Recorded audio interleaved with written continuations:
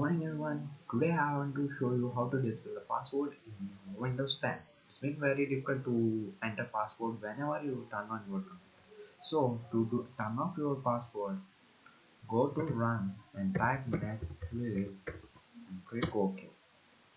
Now you see the tick mark here, which is user must enter a username and password to use this computer. Just untick this and click on apply